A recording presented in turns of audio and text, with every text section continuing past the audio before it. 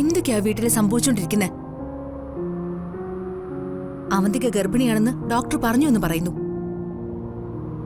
എന്നാ നന്ദൻ ഇതൊന്നും അറിഞ്ഞില്ലെന്ന് പറഞ്ഞ അത് നിങ്ങൾ വിശ്വസിച്ചേ പറ്റൂ. ഞാനും അവന്തികയും ഒരു ഭാര്യ ഭർത്തൃ ബന്ധം ഇല്ലാത്ത സ്ഥിതിക്ക് ഇങ്ങനെ ഒന്ന് സംഭവിച്ചാൽ ഞാൻ എന്ത് ചെയ്യാനാ? എന്നോട് അവന്തിക കാണിച്ച ക്രൂരതയൊന്നും ഞാൻ മറക്കത്തില്ല. എന്റെ മരണം വരെ ആ ഓർമ്മകൾ എന്നെ വേട്ടയാടുകയും ചെയ്യും. എന്റെ കൈകൊണ്ട് തന്നെ അവൾ മരിക്കണമെന്ന് ആഗ്രഹിക്കുന്നവനാ ഞാൻ. അതെല്ലാം മനസ്സിൽ നിന്ന് മാറ്റി ഒരിക്കൽ പോലും ഞാൻ അവന്തികയെ സ്നേഹമായിട്ടൊന്നും നോക്കിയിട്ട് പോലുമില്ല. അങ്ങനെ പെരുമാറിയിട്ടില്ല. എനിക്കുറപ്പാ അത്. നന്ദേണ്ണ ഇത്ര ഉറപ്പിച്ചു പറയുമ്പോ നമ്മൾ ആദ്യം കരുതിയതാവും ഡോക്ടർ ശരി. നെല്ലിശ്ശേരി വീട്ടിൽ നിന്നും പുറത്താക്കൂ എന്നൊരു സാഹചര്യം വന്നപ്പോ ഏട്ടത്തി മനഃപൂർവ്വമായിട്ട് ഇതൊക്കെ ഉണ്ടാക്കി പറഞ്ഞതാവും. എന്നിട്ട് വന്ന ഡോക്ടറിനെ കയ്യിലെടുത്ത് താൻ ഗർഭിണിയാണെന്ന് പറയിപ്പിച്ചതുമാവും.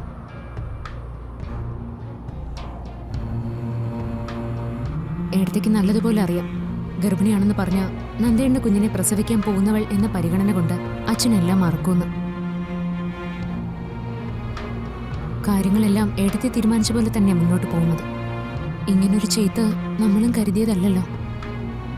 ഈ ഒരു പ്രശ്നത്തിൽ നിന്ന് എങ്ങനെയാ പുറത്തു ചാടേണ്ടെന്ന് എനിക്ക് യാതൊരു പിടിയും കിട്ടുന്നില്ല. അവന്തിയെക്കുറിച്ചുള്ള മുഴുവൻ കഥകളും ഞാൻ അച്ഛനോട് പറയാൻ പോവാ. അപ്പോ അച്ഛനായിട്ട് തന്നെ അവളെ വീടിന് പുറത്താക്കിക്കോളും.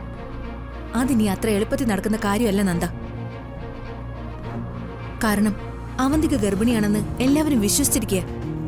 ഈ സാഹചര്യത്തിൽ നന്ദൻ ചെന്ന് അവന്തികയെ പറ്റി എല്ലാം പറഞ്ഞാലും അത് നന്ദന്റെ തലയിലേ വരൂ.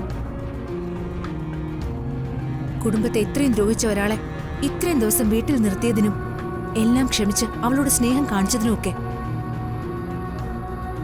അതിന്റെ കൂടെ ഇപ്പോ ഗർഭിണിയാണെന്നുള്ളതും കൂടി ചേർത്ത് അവന്തിക കുറച്ച് സെന്റി ഡയലോഗും കൂടി അടിച്ച എല്ലാവരും, പ്രത്യേകിച്ച് അച്ഛൻ, അവന്തികയുടെ ഭാഗത്ത് നിന്ന് അവൾക്ക് മാപ്പ് കൊടുക്കാൻ തീരുമാനിക്കുകയും ചെയ്യും.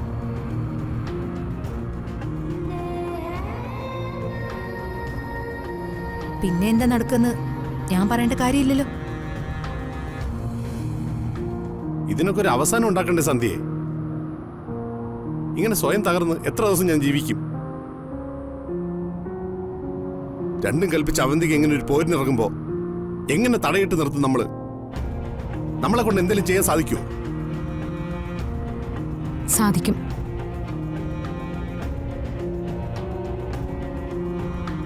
രണ്ടും കൽപ്പിച്ച് പോരിനിറങ്ങുന്നവരെ തടയിട്ട് നിർത്തിയിട്ട് കാര്യമില്ല.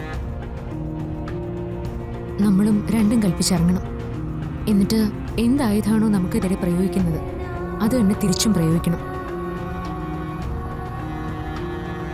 ഗർഭിണി ആയതുകൊണ്ടല്ലേ അച്ഛനെല്ലാം ക്ഷമിച്ചതും ഏട്ടത്തി ആ വീട്ടിൽ ഇപ്പോഴും ഉള്ളതും. എന്നാ ഏട്ടത്തി ഗർഭിണി അല്ല എന്നുള്ളതും അത് നെല്ലിശ്ശേരിയിൽ നിൽക്കാൻ വേണ്ടി ഏട്ടത്തി ഉണ്ടാക്കിയ കഥയാണെന്നും തെളിയിക്കണം.